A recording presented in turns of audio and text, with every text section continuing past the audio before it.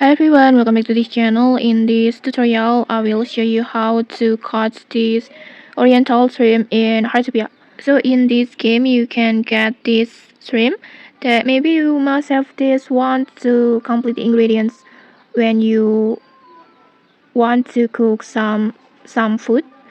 Or maybe you need this shrimp to feed the any wild animals in games, and then to get this shrimp is very easy. You just need to fish it at the river, just any river at the game, and it will spawn all time, all weather. So just go to the river, the any river in the game. Like maybe you can go to the shallow river over here, or Rosie River on here, or maybe Tranquil River, and then you can also go to the Giant Wood River over here.